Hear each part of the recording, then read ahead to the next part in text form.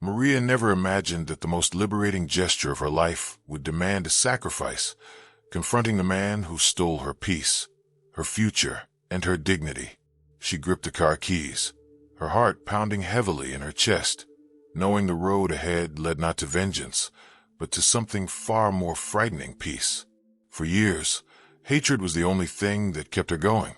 But now, a whispered name and the news of his terminal illness threatened to reopen the deepest wound. Could she possibly transform rage into forgiveness? But how did it all begin? Maria, at 54, lived on a quiet street in Cleveland, Ohio, nestled within the historic Tremont neighborhood, where the red brick houses carried the weight of the city's industrial history. Her morning ritual was a vital anchor, the dense steam of freshly brewed pour-over coffee, filling the cool air, the sweet, spicy aroma of perfectly browned cinnamon toast, mixed with the soft, melancholy bass lines of classic jazz emanating from the tube radio.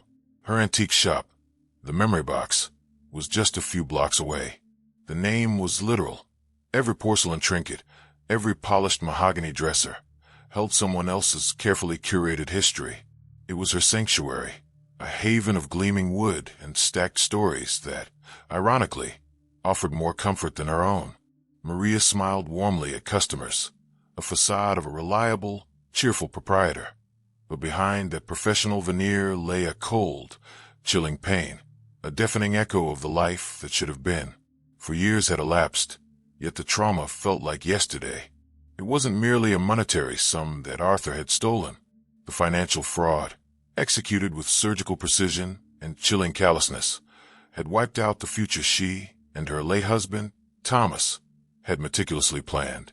It was not just the numbers. It was the promise of East Coast retirement trips, the new roof they could never afford, and, above all, the dignity of not having to scrape by at 54. Arthur had reduced the secure mattress they had built over 30 years of marriage into digital ashes. Maria kept the Memory Box running not out of genuine passion, but out of sheer, stubborn desperation. Every invoice paid was a narrowly won skirmish. The fear of imminent bankruptcy was a constant physical presence, a persistent ache in her stomach that denied her restful sleep. She felt Arthur's shadow hanging over the cash register, permeating the faint scent of lavender and old dust. Maria desperately desired only one thing: for the pain and resentment to finally release her. Yet, she deeply feared that if the anger, which was her last active connection to the trauma and the memory of what she had lost, were to vanish, nothing of her would remain. The rage was her armor. Without it, she would merely be a broken, elderly woman in Cleveland, without purpose or defense. The landline, an old rotary dial model, rang 3 times before Maria picked up. It was an autumn afternoon. The sun filtered weakly through the kitchen blinds, illuminating dust motes suspended in the air. The voice on the other end, belonging to a public defender, was a bureaucratic monotone, weighed down by years of lost cases and endless paperwork. "Are we speaking to Maria Santos? This is regarding the Arthur Vance restitution case." The mere mention of Arthur's name, long buried beneath layers of grief and crushing debt, made the air freeze in Maria's chest. Restitution? The notion was a cruel, grotesque joke. The money, decades of savings from a small shop she had built, the planned future for her retirement, had been completely vaporized by the scheme, a pyramid fraud that shattered not only her capital, but the mutual trust of an entire community. The lawyer proceeded, his tone cautious, like stepping on shattered glass. Arthur Vance had been released, on terminal health grounds. He's currently in a local hospice facility. No family, no resources, Mrs. Santos. The description was stark, devoid of any judgment or emotion. This was not the news of eternal, satisfying punishment Maria had expected, but instead, news of silent, ignominious decline. The lawyer merely needed a legal waiver signature, a piece of paper confirming that the negligible recovered sum was not worth the cost of further litigation. It was a formality, yet for Maria, the restitution remained a painful symbol of the utterly irretrievable. Maria hung up the phone. Her hands trembled, not with immediate rage, but with a cold shock that originated deep within her core. For years, She had kept Arthur Vance alive in her mind as an incorporeal demon, the architect of ruin, the focus of all her righteous fury. It was this justified hatred that kept her from fully disintegrating. She vowed to herself that she would not feel compassion. But the lawyer's weary voice had painted a drastically different picture. Not the charismatic fraudster, but a sick, dying man, stripped of his manipulative charm and power, now just a weak, forgotten body in a hospital bed. This new image pounded in her head with painful persistence. The legal waiver, a cheap white sheet of copy paper, lay flat on the kitchen formica table under the weak light. She stared at it, feeling the air around her grow thick and heavy. This was the unexpected chance to close the loop, but not via the lawyer's pen. It was an opportunity to look closely at the ruin he caused, and, more disturbingly, at the pathetic ruin he had become. In that instant, the protective shell of defensive hatred that had guarded her for years cracked wide open. Something small, yet terrifyingly significant, had broken inside her, making space for a possibility she feared. Liberation, not through vengeance, but through confrontation. The news of Arthur Vance's terminal illness didn't just reach Maria. It struck her like a freezing tidal wave, shattering the crust of years of controlled denial. It was tucked away in a tiny obituary column on an inside page, a discreet mention that nonetheless forced Maria to relive the catastrophe with agonizing, sudden clarity. Immediately, the flashbacks flooded her mind, not just as images, but as smells and textures. The day she signed the papers. Arthur, impeccable in his tailored gray suit, radiating expensive cologne and manufactured trustworthiness.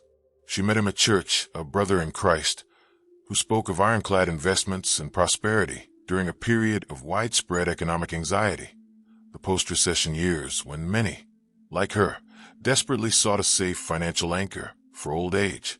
She vividly recalled the heavy, imposing weight of the Mont Blanc pen in her hand, the bitter smell of new paper and fresh ink in the opulent office, and the promise of security and legacy. He smoothly whispered with the velvet voice of a miracle salesman. It was smooth talk that disarmed all skepticism. She had found him not just charming, but divinely sent. The pen slid, sealing not only the transaction, but her imminent doom. She had invested the store, the house, and the lifetime of trust she had painstakingly built.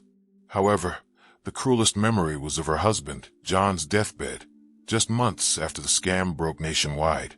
The dim, sterile light of the hospital room, the steady, monotonous beeping of the monitor, echoed the bankruptcy of her spirit. "I'm so sorry I trusted him, John. I destroyed our future, our peace, everything," she whispered, her voice choked by remorse. John, frail and fading, couldn't reply verbally, only slowly squeezed her cold hand. That squeeze was not comfort. It was the indelible stamp of eternal guilt. Maria internalized that the scam hadn't just taken their assets. It stole their peace and accelerated John's departure. The trauma was double, financial and marital. Maria's hatred was a monument built to her own exploited innocence. She used that hate as mortar, reviewing the faded newspaper headlines. Vance, the wolf in sheep's clothing, devouring family dreams.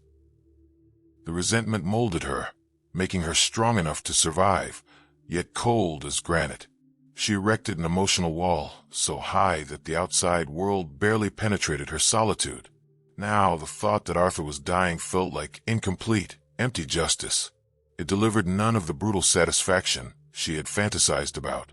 If he died peacefully and alone, the hatred would remain within Maria, without a physical target, contaminating the rest of her life. The conflict deepened, becoming a battle for her own soul, incomplete vengeance, or the desperate liberation of forgiving the unforgivable. Maria didn't just rip up the waiver form. She shredded it with silent fury. In that small office she'd set up after her shop's collapse, a space smelling of dust and old paper, not the crisp linen and coffee that defined her former business. She was determined to bury Arthur and the trauma he represented. "He deserves exactly what he's getting," she hissed into the empty air, a phrase a bitter mantra that barely masked the deep-seated ache.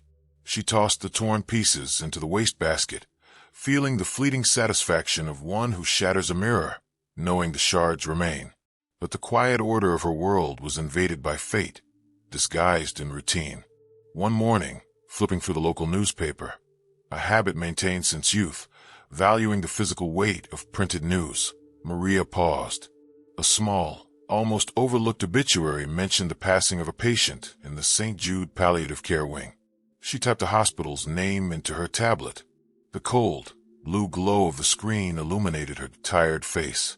The St. Jude website was antiseptic, but the photos of the palliative care unit were desolate in their clinical honesty. Long corridors, the low hum of fluorescent lights, and the austere rooms where the only human touch was a visitor's armchair, usually empty.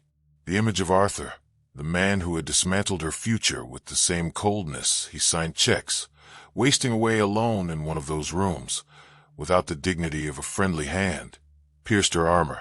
She called Carol, her closest friend and confidant through the lost mortgages, seeking not advice, but absolution. Carol was the voice of unforgiving reason. "You cannot go, Maria. Remember the cost, the sleepless nights. You worked too hard to rebuild. Don't give him anything more, not even your energy, which is your last valuable reserve." Carol was undeniably right. The cost of rebuilding had been her very soul. Yet Maria felt that the hatred that kept her warm was, ironically, what kept her imprisoned. If she didn't face the demon one last time, the weight of Arthur would forever remain on her.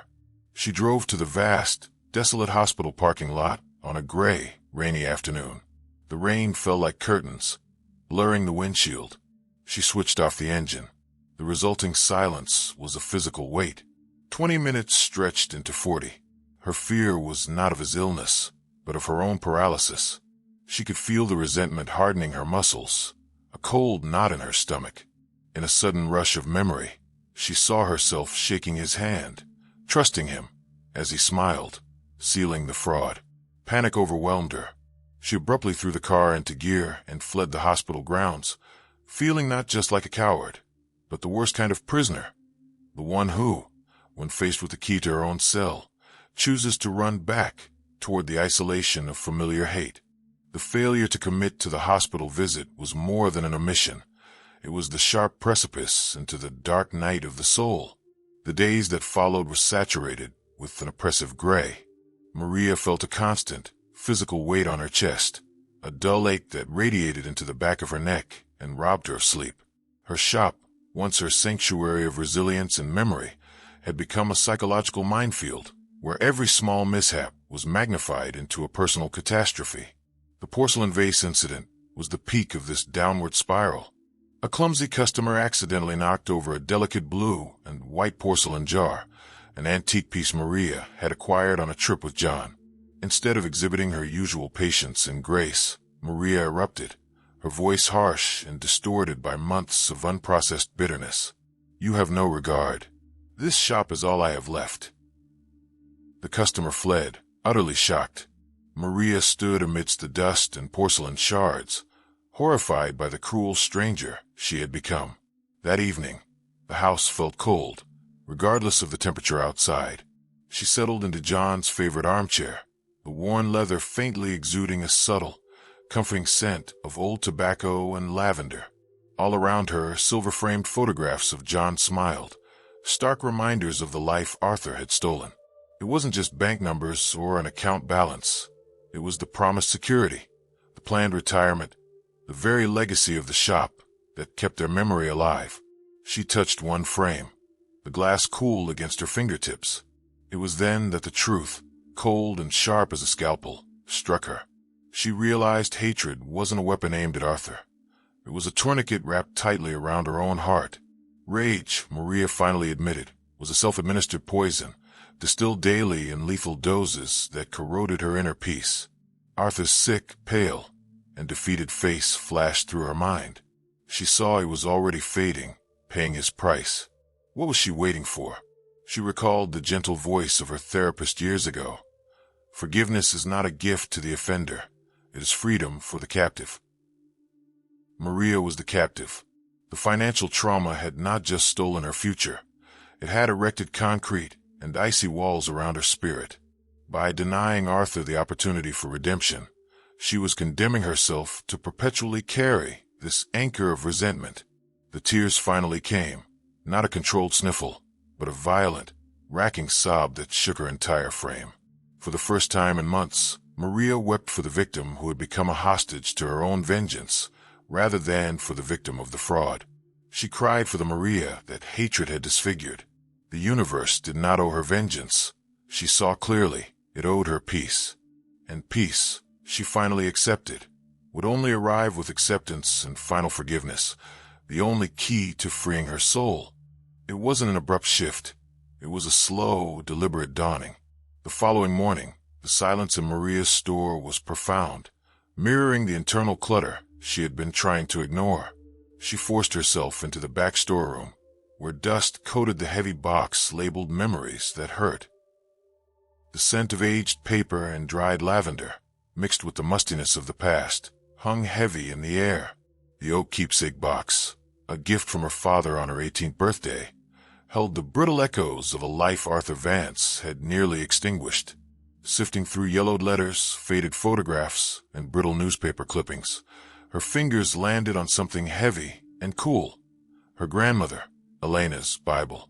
The leather cover was cracked, darkened, and polished by decades of handling, and the book's weight was the literal weight of a lineage of resilience. The thin, almost transparent pages held faint pencil annotations, the fine, steady script dating back to the 1930s. She opened the hardback volume at random, a mechanical gesture that became destiny. Her eyes immediately locked onto the passage. Be kind to one another, tender-hearted, forgiving one another, just as God in Christ forgave you. The message transcended distant theology. It was a mirror reflecting the crushing, daily burden she was carrying. Her grandmother, who had survived unimaginable losses, including the Spanish flu and periods of intense historical strife, always used to say with silent, bedrock resolve, "Never let the evil of others rule your soul. They have already lost theirs. Don't lose yours too." Maria finally understood. Grief was an open wound, and hatred was the salt she continuously poured into it. She realized she needed protection, yes, against the world's enduring cruelty, but forgiveness, paradoxically, was her ultimate armor. It was not about granting Arthur Vance absolution and forgetting what he had done. It was about absolving herself of the heavy obligation to hate him, allowing light back into her own spirit. With this newfound, quiet conviction, she dialed the hospice. The nurse's voice on the phone sounded cautious, almost protective. "I would like to visit Arthur Vance. Tell him it's Maria." The hesitation on the other end of the line lasted a torturous moment, a silence thick with unasked questions, before permission was finally granted. The decision was now crystallized. In the car, the former dread had vanished, replaced by a determination as calm as the twilight. Maria was heading into the final confrontation, but the weapon she carried was not the fire of vengeance. It was silent empathy, a raw, brutal force forged in the furnace of her own pain. The hospital room was Spartan, bathed in a cold, filtered light that failed to warm the stark white walls. The scent of disinfectant and palpable loneliness hung heavy in the air, and the soft, rhythmic sound of a heart monitor underscored the profound silence. Maria paused at the threshold, the weight of her long journey resting heavily on her shoulders. On the bed, Arthur lay still. He was no longer the sharp businessman with the easy smile and immaculate suit Maria remembered, the man who had walked into her small shop years ago, promising safe harbors for her retirement. Now he was defined by frailty, his pale skin stretched taut over bone, his eyes deeply sunken. When Arthur saw her, a flash of terror and then profound shame crossed his face. It was the first time he had fully registered the human cost of his actions. He tried weakly to sit up, a movement that was immediately pathetic. Maria, her name emerged as a barely audible moan, dragged out by weakness and illness. Maria moved slowly forward, her feet barely registering the cold linoleum floor. She had rehearsed the speech, the ledgers, the name of the business she lost, the decades of hard work, her entire life's foundation built and dismantled. But standing there, gazing upon the mere shell of the man who had once personified confidence, Her entire script of retribution dissolved. The incandescent rage, meticulously nurtured for years, withered in her chest, replaced by a melancholic void. She saw not the ruthless criminal, but the tragic, final stage of a life defined by desperation. Maria stopped by the bedside mere inches away. "I did not come here, Arthur," she began, her voice surprisingly steady, though a subtle tremor ran through her clasped hands. "I did not come for my money. That money is gone with the past, with the shop, with the years of hard work that will never return." She paused, locking eyes with him. "I came for my peace, the peace you took along with my security." Tears of slow, heavy repentance streamed down Arthur's wrinkled cheeks. He coughed, trying desperately to find the oxygen for his apology. "I am so sorry, Maria. I regret having destroyed everything. I don't deserve." Maria cut him off, not with fury, but with a calm authority that startled even herself. She leaned over the bedside, her heart pounding heavily. Then, in the most difficult and liberating act of her life, she extended her own wrinkled hand and gently placed it upon Arthur's skeletal forearm, ignoring the chill of his skin. "Arthur, I forgive you." The phrase hung in the air, dense and utterly unexpected. The silence in the room became deafening. "I forgive you, not because what you did was acceptable, but because I cannot carry the weight of your mistake for one more day. This forgiveness is my gift to myself." He closed his eyes, his face contorted by suppressed emotion. A single, silent tear escaped, dampening the white sheet. In that touch, in that moment of surrender, Maria felt the decade-long burden lift from her shoulders. The chains that had bound her to bitterness and resentment shattered. There was no sense of triumph, only an overwhelming calm, profound and deep as the sea. She was finally free. Leave the words forgiveness and new beginning in the comments. Maria stepped through the automatic doors of the hospice into the late afternoon light.